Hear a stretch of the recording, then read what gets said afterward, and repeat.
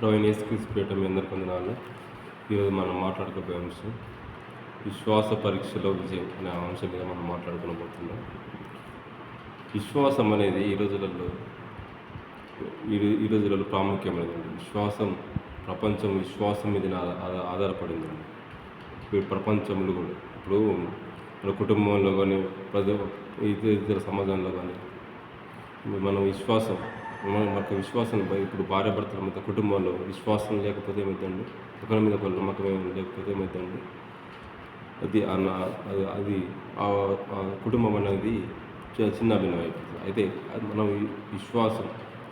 ఈ విశ్వం కూడా విశ్వాసం మీద ఆధారపడిందండి. విశ్వాసం లేకపోతే ఏది నడవదండి. కాబట్టి విశ్వాసం అనేది అత్యంత ప్రాముఖ్యమైన విషయం.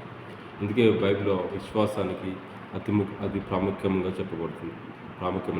విశ్వాసం అనేది నిరీక్షింపబడి వాడి యొక్క నిజ స్వరూపంలో అదృశ్యమైనవి ఉన్నవనటకు నిజమై ఉన్నది.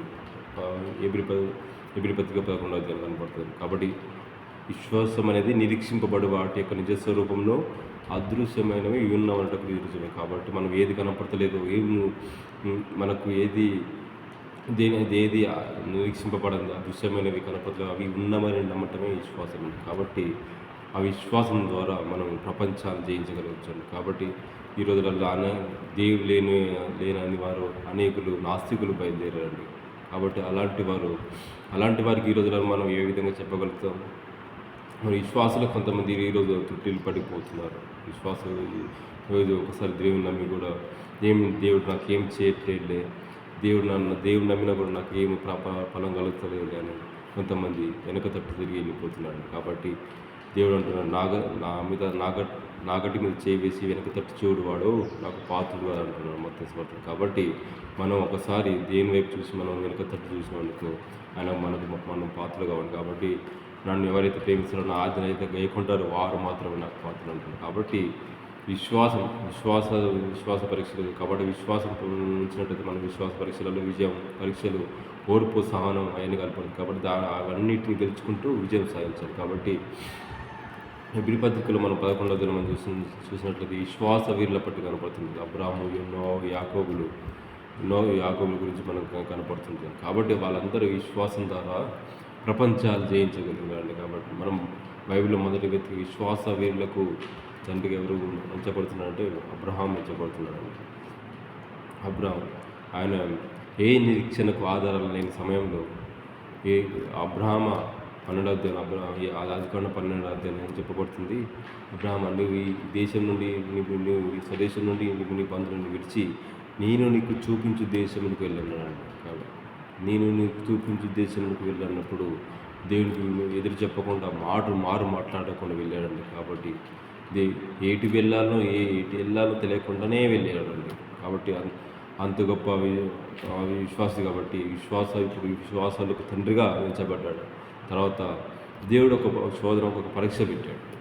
అబ్రహామ, నీకు ఒక్కడైన ఒక కుమారుని బలి అర్పిస్తావు అన్నప్పుడు దేవుడు చెప్పిన మాటకు మాట్లాడకుండా ఎవరికో పర్వతం మీద తీసుకెళ్ళి ఏంది నాకు ఈ పరీక్ష అని ఏది సనకుండా గుణగుంటా దేవుడు చెప్పినప్పుడు అబ్రహాం ఏం చేసినంటే ఒక్కడైన ఒక కుమారుని ఆ బలి అర్పించడానికి తీయలేదండి. కాబట్టి అప్పుడు ఆ పర్వతం మీద ఎక్కి అతన్ని కుమారుని వధించబోయేటప్పుడు అబ్రహాం, ఆగు, నేను నాకు మాట్లాడకుండా నేను చెప్పిన విధంగా చేసిన కాబట్టి నేను ఇప్పటి నుంచి అంతగా 30 దీవిస్తాను, నీ సంతానాన్ని స్క్రీన్ వలవలది దీవిస్తాను అన్నాడు.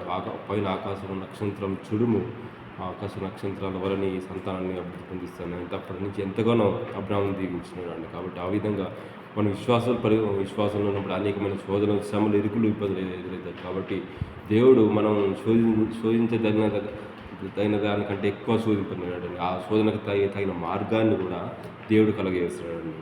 యాకోబు పత్రికలు అంటుంది యాకోబు పత్రికలు 1వ అధ్యాయం 2 అంటున్నాడు, విశ్వాసం అనేది శోధన కంటే మమ్మల్ని శోధించేదాని కంటే ఎక్కువ శోధింపలేరండి. కాబట్టి మేము సహోదరులారా, మీకు విశ్వాసములకు కలుగు పరీక్ష ఓర్పు పుట్టించిన ఎరిగి మీరు నానా విధములైన శోధన పడినప్పుడు అది మహానందం నేర్చుకోనటండి. కాబట్టి మీ సహోదరులు యాకోబు పత్రిక 1వ అధ్యాయం 2 వచ్చినాను, మీ విశ్వాసమునకు కలుగు పరీక్ష ఓర్పును పుట్టించని ఎరిగి మీరు నానా విధములైన శోధనలు పడినప్పుడు అది మహానందం ఎంచుకున్నాడు. కాబట్టి మీరు అది మహానందం ఎంచుకుని మీరు సంపూర్ణులు అనునాములు ఏ విషయంలో కొదవలేని వాళ్ళని ఉండినట్లు ఓర్పు తన క్రియను కొనసాగించుకున్నాడు. చూడండి, మనం మనం విశ్వాసంలో ఉన్నప్పుడు కలుగు పరీక్షలు ఓర్పు పుట్టిస్తాడు. కాబట్టి మన విశ్వాసం వచ్చినప్పుడు మనం వెనక తగ్గదండి. కాబట్టి ఒకటో పేతురు రాసిన పత్రికలు ఏమంటూ ఉంటుందండి, నశించుకో సువర్ణం అగ్ని పరీక్ష చేత పరీక్షింపబడుతుంది కదా, దానికంటే మీ విశ్వాసం అమూల్యమైన విశ్వాసం అంతకంతకు ఉండాలంటాడు. ఆ విధంగా చెప్తున్నాడు. ఈ నశించిపో సువర్ణం 1వ అధ్యాయం పేతురు 7వ వచనం, నశించిపో సువర్ణం అగ్ని పరీక్ష వల్ల పరిశుద్ధపరచబడుతుంది కదా, దానికంటే మీ అమూల్యమైన విశ్వాసం మీ శోధన చేత పరీక్షకి నిలిచింది యేసుక్రీస్తు ప్రత్యక్షమైనప్పుడు మీకు ఘనత మహిమ కలుగుటకు మీకు కారణం. కాబట్టి ఈ మనం సువర్ణని భూమిలో మనకు దాన్ని కరిగిస్తే అమూల్యమైన దానిగా అప్పుడు అది ఒక అమూల్యమైన ప్రశస్తమైన దానిగా మనకు అంటుంది. ఆ విధంగా మనకు మన విశ్వాసకి శోధన శ్రమలు ఇరుకులు ఇబ్బంది వచ్చినప్పుడు దాన్ని తట్టుకున్నప్పుడే అమూల్యమైన వ్యక్తిగా దేవునికి ఇష్టడైన వ్యక్తిగా దేవునికి కనపడతారండి. కాబట్టి ఈ శోధన శ్రమలు ఈ కాలపు శ్రమలు ఎన్న తగినవి కావండి. అందుకనే మనకి ఈ శోధన శ్రమలు ఎన్న తగినవి కావు. ఇవన్నిటి జయించినప్పుడే మనకు దేవుని యొక్క కృప, దేవుని యొక్క ప్రేమ మనకు కనపడుతుంది. కాబట్టి అనాది కాలంలోనే ఆయన మన పట్ల ప్రేమను చూపించినాడండి. ఆయన తన కుమారుని ద్వారా సంకల్పం ద్వారా మనల్ని ఏర్పాటు చేసుకున్న ఆది కాలం నుంచి ప్రవక్తలను అందరి ద్వారా మెస్సియా రాబోతున్నాడని చెప్పి తన కుమారుని లోకంలో పాపంలో పడిపోయిన మాలను రక్షించడానికి తన ఏకైక కుమారుని బలి అర్పించడానికి ఆయనకి తీయగా పరమ తండ్రి తన సొంత కుమారుని భూలోకంకి పంపించినాడండి. ఆ విధంగా అబ్రాహం విశ్వాస పరీక్షలు నెగ్గినాడండి. కాబట్టి ఆ విధంగా మన విశ్వాసంలో ఉన్నట్టయితే అనేక శోధన శ్రమలు ఇరుకులు ఇబ్బందులు వచ్చినప్పుడు మనం వెనక తట్టు చూడకుండా దేవుని వైపు చూడాలండి. మనము విశ్వాసంలో సల్లంగా వెళ్ళకుండా దేవుని నిశ్చయత కలిగి దేవునిలో ఉండాలండి. మనకి దేవుడిగా నమ్ముకున్న తర్వాత ఈరోజు మనకి ఏం చేస్తలేదే, నాకు ఏం జరగట్లేదు అని అనుకోవద్దండి. మేము ప్రార్థన చేసినప్పుడు మీ దేవుని ఏది నమ్ముకున్నప్పుడు మీరు ఏవైతే అడుగుతున్నారో అవి పొంది ఉన్నామని నమ్మటం వేసుకోవచ్చు. ఆయన నీ కంచు చుట్టూ కాపుదల వేస్తాడండి. ఎప్పుడు ఆయన సన్నిధిలో మోకరించి ఆయన విశ్వాసం కలిగి ఉండాలండి. అందుకనే మొదట చెప్పినట్టు మనం ప్రపంచంలో కూడా విశ్వాసం ద్వారానే ప్రపంచంలో ఉన్నాయండి. మన విశ్వాసం లేదు ప్రపంచం కూడా ఉండదండి. కాబట్టి ప్రపంచం కూడా ఈ విశ్వం కూడా విశ్వాసం మీదనే ఆధారపడిందండి. విశ్వాసం లేకపోతే ఈ ప్రపంచం కూడా ఉండదు. కాబట్టి ఈరోజు యుద్ధ సమాచారాలు ఇరాన్ యుద్ధం ఇలాంటి అమెరికా యుద్ధం ఇలాంటివి ఎన్ని ఉన్నాయి. కాబట్టి ఇవన్నీ ఒకరి మీద ఒకరి నమ్మకం లేకపోతే ప్రపంచం ఎప్పుడూ నాశనం లేదు. కాబట్టి ఈ విశ్వాసం మీదనే ఆధారపడిందండి. తర్వాత యోబు కూడా తన జీవితంలో ఎన్నో విషయంలో ఇబ్బందులు వచ్చినాయండి. తన ఆశ మొత్తం పోయినా కానీ తన భార్య తన సంతానం అందరు దేవుని దూషించి మరణం కమ్మన్నప్పుడు అది దేవుడు సాతాను ద్వారా సాతాను కూడా దేవుని అంత నమ్ముకున్నాడని అతన్ని అన్ని తీసేస్తానని సాతాను దేవుని దగ్గర ఫిర్యాదు అతను ముట్టి అయినా కూడా నన్ను వదిలిపెట్టడాన్ని చెప్పినప్పుడు సాతాను ఎన్నో శోధన శ్రమలు ఎదురొచ్చినా కానీ దేవుని వల్లకి మనం మేలు అనుభవించదుమా కీడు అనుభవించదు కదా అని చెప్పి ఎంతగానో గొప్ప మహాభక్తులు యోబు కూడా విశ్వాస పరీక్షల ద్వారా విజయం సాధించినాడు. కాబట్టి తర్వాత మూడో వ్యక్తికి ఎవరు కనపడుతున్నాడు? యేసుప్రభువారు ఎన్నో వేదన మన పాపం కోసం మన పాపాల శాపాల కోసం ఎన్నో వేదనలు అన్యుల ద్వారా యూదుల ద్వారా తన సొంత ప్రజల ద్వారా ఎన్నో పిడుగుతున్నాడు, ఎన్నో ఉమ్మివేయబడ్డాడు. పాపంతో ఆయన దేవుడు తన తండ్రి అనే దేవునికి ఎంతగానో లోబడి తను తగ్గించుకున్నాడండి. కాబట్టి ఆ విధంగా తగ్గించుకొని మన కోసం మన పాప శాపంలో కొరకు ఆయన శిలువ యాగం బలియాగం అర్పించబడ్డాడు దేవుడు. కాబట్టి ఈ యోహంలో ఎవడైనా మన కోసం మన పాపాల కొరకు ఆయన బలిగా అర్పించబడి ఇప్పుడు ఆయన పొందిన దెబ్బల ద్వారా మనకు స్వస్థత కలుగుతుంది. ఆయన దూషింపబడి 1 పేతురు రాసిన పత్రికలో అయితే 1 పేతురు రాసిన పత్రిక 2వ అధ్యాయం 21వ వచనం, క్రీస్తు కూడా మీ కొరకు బాధపడి మీరు తన అడుగు జాడలేదు నడుచుకున్నట్లు మనకు మాదిరిగా ఉంచిపోయినాడండి. తన యొక్క మాదిరి యొక్క జీవితం తన అపోస్తులు శిష్యులు కూడా మాదిరిగా నడుచుకున్నారండి. ఇంత గొప్ప శిష్యుడు ఎవరంటే అపోస్తులైన పౌలు. నేను క్రీస్తుని పోలి నడుచుకున్న ప్రకారము మీరు నన్ను పోలి నడుచుకోవాలని చెప్పినాడండి. కాబట్టి ఆయన మనం ఎంత గొప్ప ఆయనకు మనకు మాదిరి ఉంచిపోయినాడు. ఏ విధంగా జీవించాలి, ఏ విధంగా ఇతరుల పట్ల ఇతరుల పట్ల జాలి కలిగి ఉండాలని. క్రీస్తు కూడా మీ కొరకు బాధపడి మీరు తన అడుగుజాడలేదు నడుచుకున్నట్లు మీకు మాదిరి ఉంచిపోయిన. ఆయన ఏ పాపం చేయలేదు, ఆయన నోట ఏ కప్పడం లేదు, ఆయన దూషింపలేదు, ఆయన శ్రమ పెట్టబడి బెదిరింపుగా న్యాయంగా తీర్చి దేవునికి తను తాను అప్పగించుకున్నాడండి. మనం పాపం విషయమే చనిపోయి నీతి విషయమే జీవించినట్లు ఆయన తన శరీరం మంది మన పాపములను రాను మీద మోసుకున్నాను. ఆయన పొందిన గాయముల చేత మనకు స్వస్థత కలుగుతున్నదని చెప్తున్నారు. కాబట్టి మనమందరం గొర్రెల వలె దారి తప్పిపోతుంది. మన గొర్రెల కాపరి అయినా యేసు అధ్యక్షుడున్న యేసు అధ్యక్షుడు ఆయన వైపుకు మళ్ళీ ఉన్నాం. కాబట్టి ఆయన వరకు ఎవరైతే నా తట్టు చూస్తారో, నా వైపు మడుతారో, నేను వాని తట్టు చూస్తాను. ఎవరైతే నన్ను ప్రేమిస్తారో, నా ఆజ్ఞలు గైకొని నా వైపు చూస్తారో, నేను అతనిలో ఉంటూ అతనితో సాహసం చేస్తాను దేవుడు చెప్తున్నాడండి. అంత గొప్ప ప్రేమ, కృప, ఏ అర్హత లేని మనకు, ఏ యోగ్యత లేని మన పట్ల కృప చూపిస్తున్నాడండి. మనం ఏమి ఎన్నిక లేని వారం, అయోగ్యులు, అల్పులు ఆయన మన పట్ల ఆయన కనికరాన్ని, కృపను చూపించుకుంటూ, ప్రేమ చూపించుకుంటూ చూస్తున్నాడు.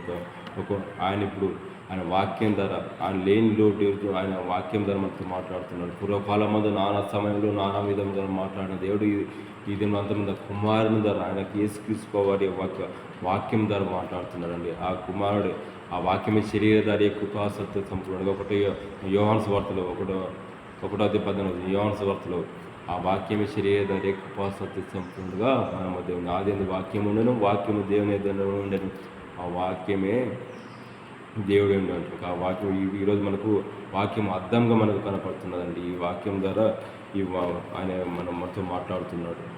కుమారి ఈరోజు నీ విశ్వాసాన్ని సన్నగిలుతున్నావా? ఆయన దేవుని ఈరోజు నిశ్చయత కలిగి ఎల్లవేళలో ఆయన కృపగలి జీవించినట్లయితే ఆయన నీ సంతానాన్ని దీవించబడి అంటున్నాడు. అయితే రోమపత్రికలకు లాస్ట్ చిన్న అధ్యాయం ముగించుకొని త్వరగా సమయం అయిపోతుంది కాబట్టి లేటుగా ముగించుకున్నాం కాబట్టి త్వరలో ముగిస్తున్నాను. రోమపత్రిక 5వ అధ్యాయంలో, కాబట్టి విశ్వాసం మూలం మనం నీతిమంతులుగా తీర్చబడి మన ప్రభువైన యేసుక్రీస్తు ద్వారా దేవునితో సమాధానం కలిగి ఉందేమో.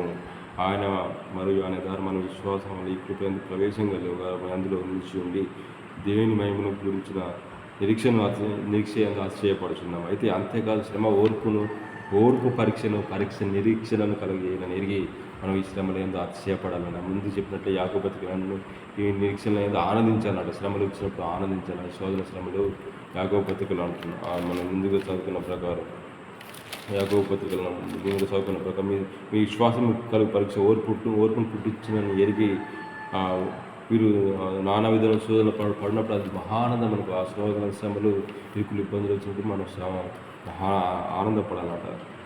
అయితే మనం శ్రమలేదు ఇక్కడ అతిశయపడాలని చెప్తున్నాడు రోమపత్రిక 5:4 విషయంలో.